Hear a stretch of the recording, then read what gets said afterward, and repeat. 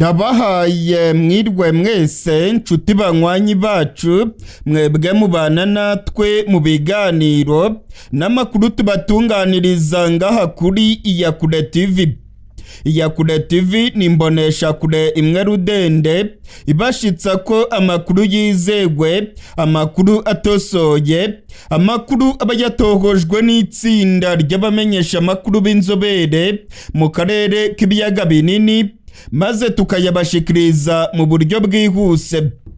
Turi kwigenekerezo rya 8 ukwezi kwa karindwi umwaka w'ibihumbi 2025. Niba utarakanda kuri subscribe bikore rwose, wibuke gukanda kuri like ndetse usangiza abandi ibiganiro byacu. Muri kano kanya turababwira ko M23 na FARDC noneho intambara ya nyayo ari bwigiye gutangira. Ndababwiza ukuri, intambara ya nyayo ni bwigiye gutangira. Igisirikare cya Kongo cyakoze kuba cancuro.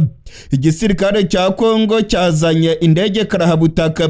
Igisirikare cya Kongo cyamanukanye abakomando kabuhariwe, baravuga yuko bagiye kwisubiza umujyi wa Goma na Bukavu.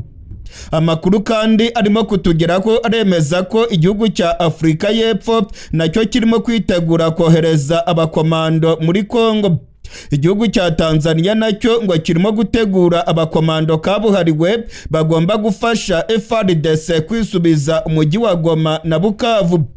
Intambara ikomeye cyane niyo igiye kubera mu buseruko bwa Kongo. Ibyo mwabonaga ntabwo ari intambara, yari imirabyo, inkuba nibwo zigiye gukubita. Intambara karundura igiye kubera mu buseruko bwa Kongo, kandi ibihugu bikomeye nabyo byiteguye kwinjira muri iyi ntambara. Ubutegetsi bwa Kongo buravuga yuko bugiye gutangiza intambara karundura igamije kwisubiza ibice byose bigenzurwa n'abarwanyi ba M23. Iby'amasezerano ya Doha byo biragaragara yuko birimo kugonga urukuta. Ubutegetsi bwa Kongo buvuga ko rwose butazigera buganira na M23 mu gihe itarava mu duce yigaruriye. Umuvugizi wa guverinoma ya Kongo Bwana Patrick Muyaya yatangaje ko FARDC izisubiza ibice byose bigenzurwa n'abarwanyi ba M23, kandi ngo nta nibiganiro na bike bazagirana mu gihe M23 itarasubira inyuma ngo ive mu mujyi wa Goma ndetse na Bukavu. Abarwanyi ba M23 nabo ibingibi ntabwo babikozwa. General Sultani Makenga avuga yuko bazarwana umuhenerezo kandi bakavanaho intwaro y'igikenye ya Perezida Kisekedi. Amakuru atugeraho arerekana neza ko impande zose ziteguye intambara. Ibihugu nka Tanzania ndetse na Afrika y'Epfo nabyo byamaze kugaragaza yuko byiteguye gufasha FARDC maze bakarwanya M23. Amakuru yizewe yangezeho avuye mu masoko yanjye ku kibuga cy'indege i Bujumbura aremeza ko mu ijoro ryakeye ku isaha y'isa 9:15 indege ebyiri za rutura z'igisirikare cya Afrika y'Epfo zaguye ku kibuga cy'indege cyitiriwe Melchior Ndadaye i Bujumbura.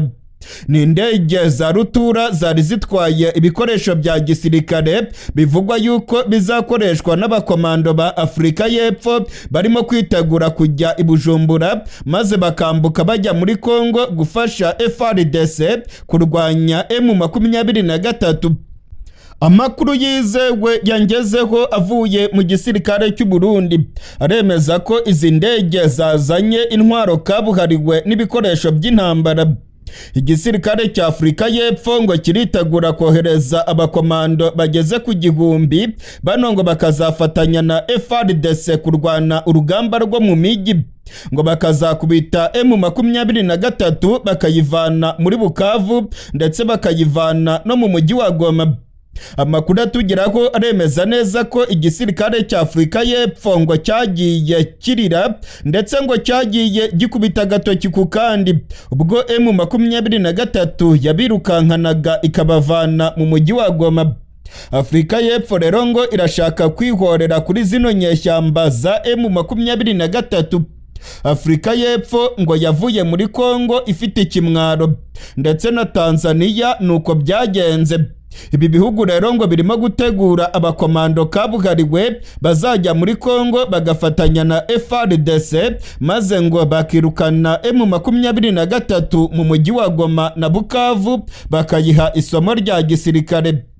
Biragaragara yuko intambara ikomeye igiye kubera muri Kongo, ndetse amakuru yose arimo kutugeraho arerekana neza ko urugamba rugiye gutangira. Intambara zose mwabonye mu buseruko bwa Kongo ngo zari ntoya cyane.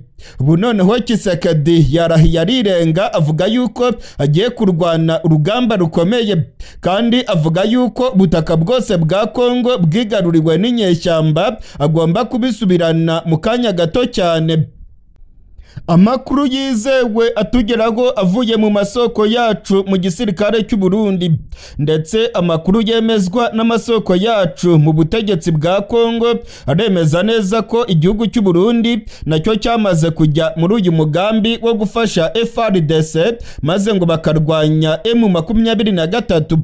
Igihugu cy'u Burundi cyemereye FARDC ko bazakoresha ibibuga by'indege mu gihugu cy'u Burundi maze bakagaba ibitero by'indege ku barwanyi ba M23 muri Kivu y'Amajyepfo. Ibingibi byaranatangiye kuko indege za Sukoyi z'igisirikare cya Kongo zirimo kugaragara ku bibuga by'indege i Bujumbura. Za drone z'igisirikare cya FARDC nazo zaragaragaye ku kibuga cy'indege i Bujumbura. Ubwo indege y'abarwanyi ba M23 yaraswagaho mu gace ka Minembwe, indege zayirashe zahagurutse ku kibuga cy'indege i Bujumbura. Amakuru yizewe akemeza ko igisirikare cya Kongo n'igisirikare cy'u Burundi bamaze guhuza imikorere, ndetse bakemeranywa yuko ubutaka bw'u Burundi buzakoreshwa ndetse n'ikirere cy'u Burundi kigakoreshwa mu kugaba ibitero ku barwanyi ba M23, cyane cyane abari muri Kivu y'Amajyepfo mu bice bya teritwari ya Warungu ndetse n'abari mu mujyi wa Bukavu. Amakuru yizewe akemeza yuko indege z'igisirikare cya Kongo zikomeje kuzana intwaro mu gihugu cy'u Burundi, ndetse izindi zikaba zirimo no kuzana inzobere mu bya gisirikare z'abakongomani, bakaba barimo gukorana n'inzobere z'abasirikare b'u Burundi i Bujumbura biga ingene bazatangiza urugamba rugamije kwisubiza umujyi wa Goma na Bukavu. Nshuti banywanyi bacu mwebwe mukurikirana ibiganiro bya Iyakure TV, ndabamenyesha ko ibimenyetso byose birimo gucana umutuku.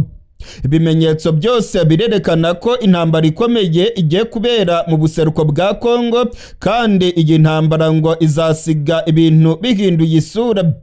Iyi ntambara nidasiga Tshisekedi avuye ku butegetsi, izasiga abarwanyi ba M23 batsinzwe ruhenu. Kimwe muri ibyo nicyo kizaba.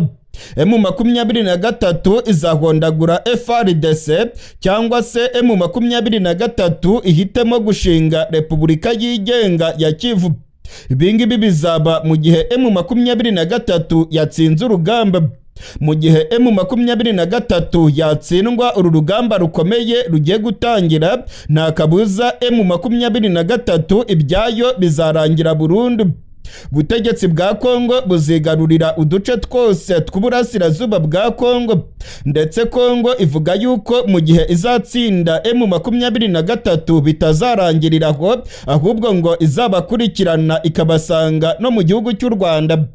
Kongo yemeza neza ko nta kabuza nihondagura M23 ngo izahungira mu gihugu cy'u Rwanda maze bakayikurikiranayo, maze ngo bagahangana n'igihugu cy'u Rwanda. Tshisekedi yagiye atangaza inshuro nyinshi ko yiteguye kuvanaho ubutegetsi bw'u Rwanda, ndetse agatangaza ko yiteguye gufasha umuntu uwo ari we wese ufite umugambi wo guhungabanya umutekano w'igihugu cy'u Rwanda. Mu gihe rero M23 ngo yatsindwa uru rugamba mu buseruko bwa Kongo, Tshisekedi ngo yavuga yuko agiye kuyikurikirana mu gihugu cy'u Rwanda maze agatangiza intambara ku gihugu cy'u Rwanda. Ibingibi ni ibisigurwa n'abanyapolitike ndetse bahinyanyura ibibera mu karere k'ibiyaga binini. Ibyifuzo bya Perezida Tshisekedi byo gushoza intambara ku gihugu cy'u Rwanda arabikomeje. Muri iyi minsi arimo gutegura abasirikare n'ibikoresho karundura bivugwa yuko biri mu mugambi wo guhungabanya umutekano w'igihugu cy'u Rwanda. Amakuru yizewe yemeza ko ubutegetsi bwa Kongo n'ubutegetsi bw'u Burundi bukomeje gukorana na FDLR hagamijwe guhungabanya umutekano w'igihugu cy'u Rwanda. Abihweza ibya politike rero bakabona ko icyuka cy'intambara gikomeje gututumba mu karere k'ibiyaga binini. Repubulika ya Demokarasi ya Kongo iravuga yuko ibibazo biri hagati y'u Rwanda na Kongo ngo bigomba gukemurwa mu buryo bwa gisirikare.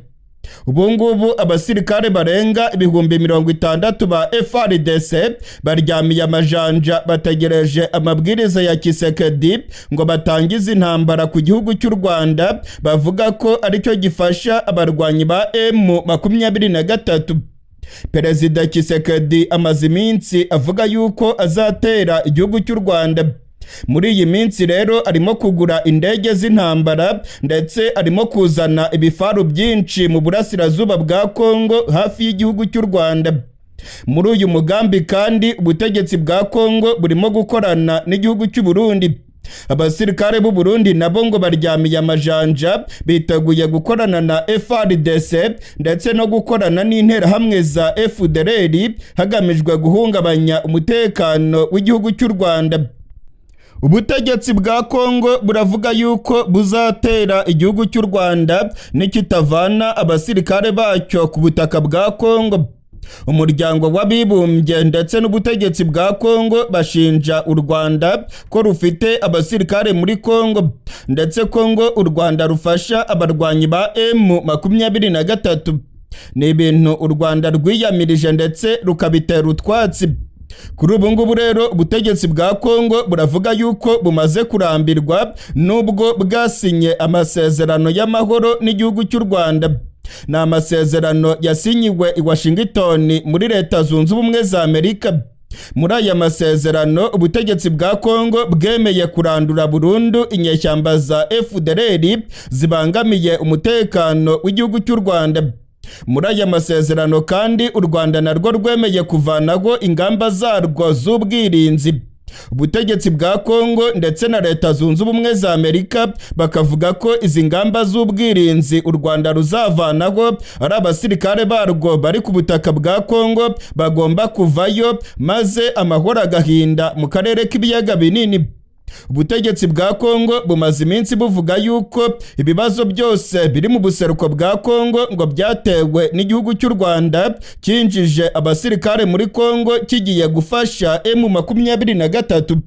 Ubu rero Tshisekedi ndetse n'abasirikare biwe bariye karungu, baravuga yuko bagiye gutangiza intambara ikomeye cyane ku barwanyi ba M23 ndetse no ku gihugu cy'u Rwanda. Kugeza ubu turiko turavugana ku igenekerezo rya 8, ubutegetsi bwa Kongo bwamanuye abacancuro kabuhariwe. Abacancuro bagera ku 3,000 barimo abacancuro ba Black Water n'abacancuro bo muri Leta Zunze Ubumwe za Amerika barwanaho rukomeye. Abacancuro ba Black Water barazwi cyane kuko barwanye mu gihugu cya Iraq, barwanye mu bihugu nka Syria, barwana muri za Libya ndetse n'ahandi henshi ku isi. Aba rero nabo bamaze gusesekara mu mujyi wa Uvira ndetse abandi bari mu mujyi wa Kisangani. Ubutegetsi bwa Kongo kandi bwakoze ku bitwaro biremereye cyane. Indege z'intambara kabuhariwe zirimo Sukhoi Su-30 ndetse n'izindi ndege kabuhariwe za kajugujugu zirimo kugera mu bice bitandukanye by'ubuseruko bwa Kongo.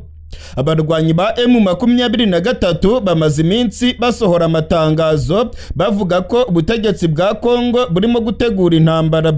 Ni mu gihe kandi abarwanyi ba M23 bari mu biganiro n'ubutegetsi bwa Kongo. Ni ibiganiro birimo kubera i Doha mu gihugu cya Qatar. Gusa abigweza ivya politike barabona ko ibiganiro hagati y'ubutegetsi bwa Kongo n'abarwanyi ba M23 ntacyo bishobora kugeraho kuko ubutegetsi bwa Kongo bwamaze guhitamo inzira y'intambara. umunyamabanga uhoraho wa M23 bwana Benjamin Mbonimpa yongeye gutangaza ko ubutegetsi bwa Kongo burimo kurunda abasirikare benshi n'ibitwaro biremereye mu gace kagenzurwa na FARDC kegeranye na M23. Harimo kuza abasirikare benshi ku mirongo y'urugamba ndetse ngo barimo kuzana ibitwaro biremereye. Bano basirikare bakiyongeraho abacancuro benshi barimo kuza ku rubuga rw'imirwano. M23 nayo igateguza ko byanga bikunda izirwanaho kandi ko izarengera abasivile bazaba barimo kurenganira muri iyi mirwano igiye gutangizwa na FARDC n'abacancuro bayo. Mu cyumweru gishize inama y'abaministre yarongowe na Perezida Tshisekedi muri Kongo yemeje yuko intambara ariyo igomba gukemura ibibazo mu burasirazuba bwa Kongo, ndetse amakuru akemeza yuko Tshisekedi yahise atanga amabwiriza ku gisirikare ko bategura abasirikare 60,000 bakaza mu buseruko bwa Kongo guhangana na M23 n'igihugu cy'u Rwanda. Tshisekedi avuga yuko agiye kurasa M23 akayivana mu mujyi wa Bukavu ndetse na Goma. Amakuru yizewe akemeza ko Tshisekedi agambiriye gutera igihugu cy'u Rwanda. Mu minsi ishize FDLR, SADC ndetse na FARDC ubwo bari mu mujyi wa Goma bari barundanyije ibitwaro byinshi mu mujyi wa Goma, ndetse byamaze gutahurwa ko bari bagambiriye gutera igihugu cy'u Rwanda. Ibingibi Perezida wa Repubulika y'u Rwanda nyakubahwa Paul Kagame yabigarutseho ku igenekerezo rya 4 ukwezi kwa karindwi ubwo bari barimo kwizihiza umunsi mukuru wo kwibohora kw'igihugu cy'u Rwanda. Perezida Kagame yavuze yuko ibitwaro byari birundanyirije mu mujyi wa Goma bitari ibitwaro byo kurwanya M23. Oya rwose, ahubwo SADC, FARDC na FDLR bari mu migambi ikomeye cyane yo gutera igihugu cy'u Rwanda. Gusa iyi migambi yabo yaje kuburizwamo, ndetse SADC na FARDC n'inyeshyamba za FDLR ngo babonye ayimbwa yaboneye ku mugezi. Muri iyi minsi rero ibyifuzo ndetse n'ibitekerezo bya Tshisekedi byose yabishyize ku ntambara. Biragaragara yuko icyuka cy'intambara kirimo kwiyongera mu karere k'ibiyaga binini.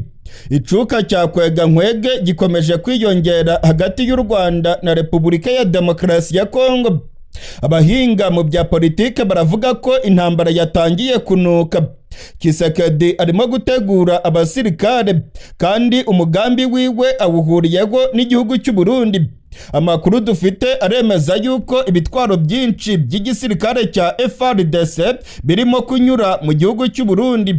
Hari amakuru kandi yizewe yemeza ko inyeshyamba zigera ku 2,000 za FDLR zamaze kuva muri Kongo zikerekeza mu gihugu cy'u Burundi.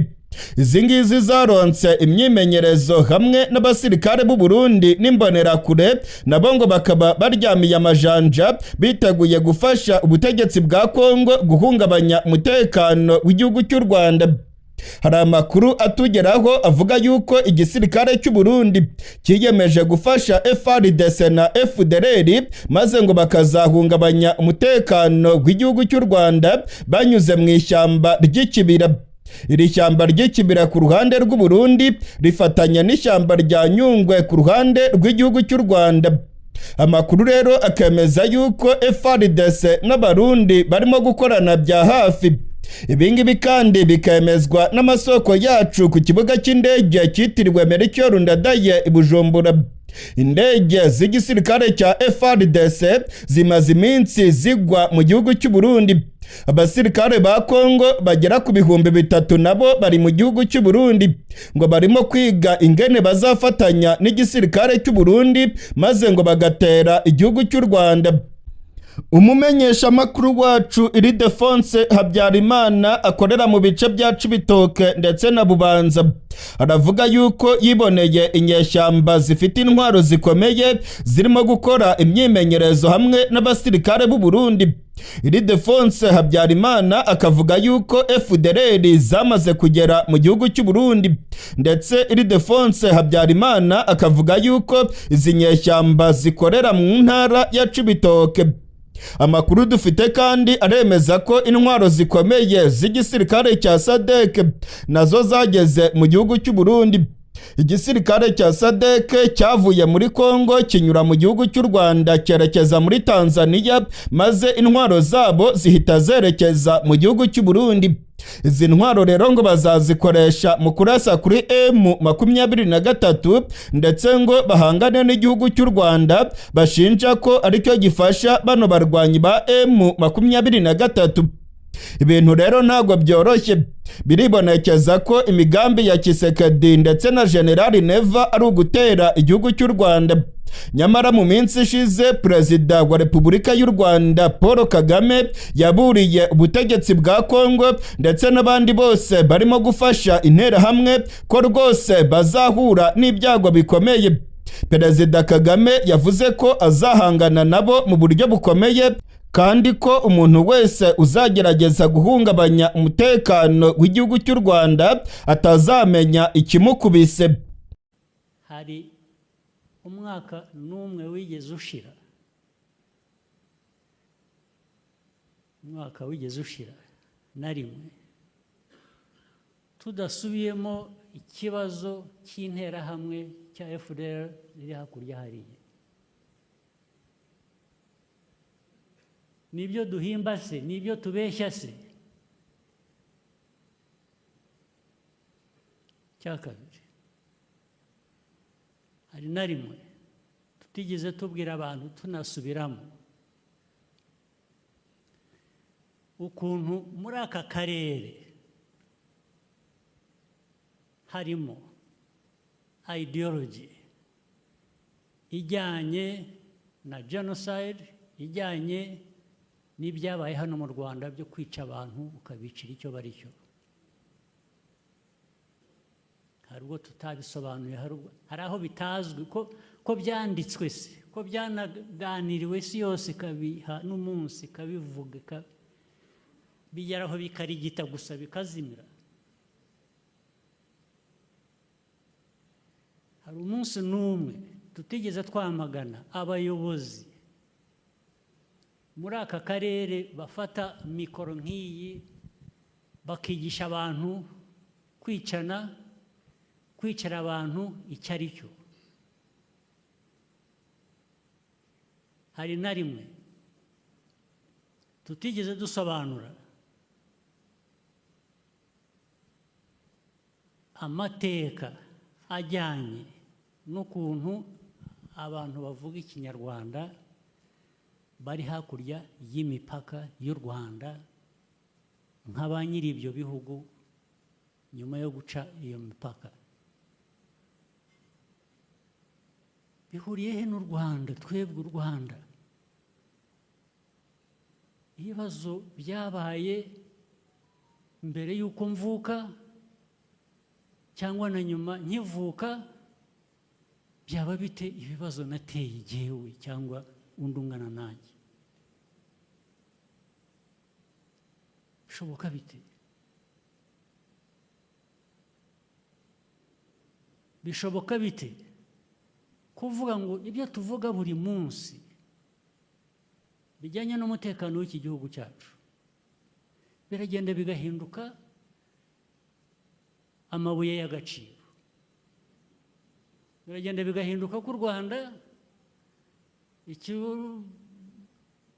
rukoresha ibyo rukora bigera ku mipaka yacu na Kongo cyane cyane n'abandi baturanye, ariko bamwe bigeze gukinisha ibyo by'interahamwe nabo, kandi rwose n'uyu munsi babimenye na kiriya gihe barabimenye, tuzahangana nabo.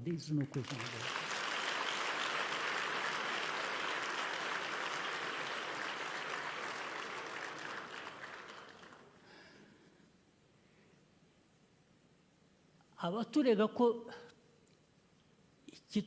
dukoresha ibyo dukora kurinda abanyarwanda, kurinda igihugu cyacu, ko ari amabuye y'agaciro, nibo biba amabuye y'agaciro muri Kongo.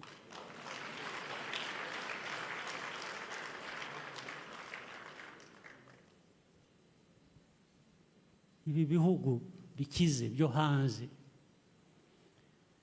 byirirwa bivuga ubusa. Erega narababwiye, iyo bari aho batinyisha abantu bakazana ibintu human rights, bakazana ngo barashaka gutera ubwoba, ngo Kagame navuga ngo bazamujyana. Uzanjyana hese wowe?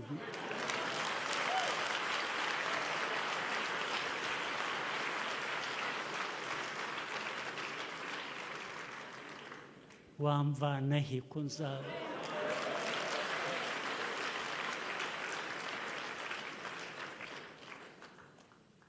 Ubu bagatangira sanctions, James Kabarebe, sanctions, officers, sanctions for what? You are just foolish, absolutely foolish.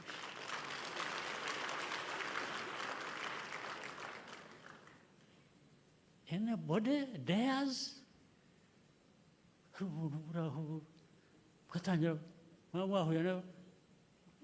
Ugatanga lessons. Little boy, little girl, kunuko bava mu Europe cyangwa America cyangwa Canada, uratanga lessons. What lessons? What lessons does anybody have to give to me about my life, about my country, about my people?